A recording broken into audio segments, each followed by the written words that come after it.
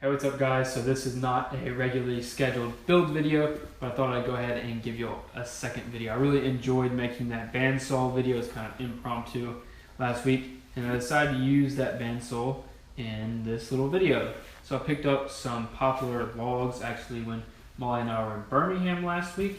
They had been sitting outside for about 2 years and were still a little wet. I decided to go ahead and turn some mallets with them. So let's get started. First thing we did was just cut the ends off of the log because that just gives you a better surface to mount on the lathe, and also it made it a more manageable length, closer to the final length that we actually needed. Next was we just cut one side straight, and we're going to use this side and the next sides after it basically as reference sides. So we're going to flip it over and we have a flat surface to cut off of. And then we'll flip to the next one and so forth. And basically we're just making a semi-square shape out of this log and removing as much of the bark as possible. After we had this little square cant, is what some people like to refer to as, we cut it in half, and this is just trying to remove as much of the center of the tree as possible, referred to as the pith. That area of the tree is just really unstable and tends to crack. And then finally we just cut those halves into more manageable size semi-square shaped pieces for the lathe. And we chucked it up into the lathe, and basically what I'm going to be doing here is just turning it to a rough mallet shape. Something that's close to what I like but still oversized, and I'll tell you why in a second.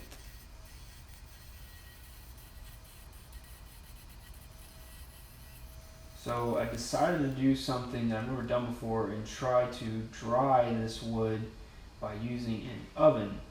So I put these two mallets on a baking tray, preheated the oven to 200 degrees, and then I just let them sit in there. I went ahead and set a timer up on my phone for 1 hour, but we actually ended up letting them stay in there for about 1.5 hours to 2 hours. And then when we removed them, I was actually quite surprised at how dry they had gotten. And you'll see here shortly that there are some cracks in the ends, and that's from the drying process. And that's why I said to turn it to a rough dimension but keep it oversized, because now we're going to put it back on the lathe here, and we're going to turn it to its final shape, and we're going to remove pretty much all of the cracking, or what little bit is left won't matter at all. So yeah, that's what I'm doing here. I'm just going back through there and cleaning everything back up and taking it to its final shape. Now I'm just using some 120 grit sandpaper to smooth all the rough edges out. This takes it down quickly, and then I move on to a Scotch-Brite pad, which makes a pretty smooth surface, and then finally a 2000 grit sandpaper, which really gets it smooth. And the last thing is just to apply some Danish oil. So I just like to just heavily put it on there while it's on the lathe, and then I kind of buff it out later. So yeah guys, that is it. These are the two mallets we made.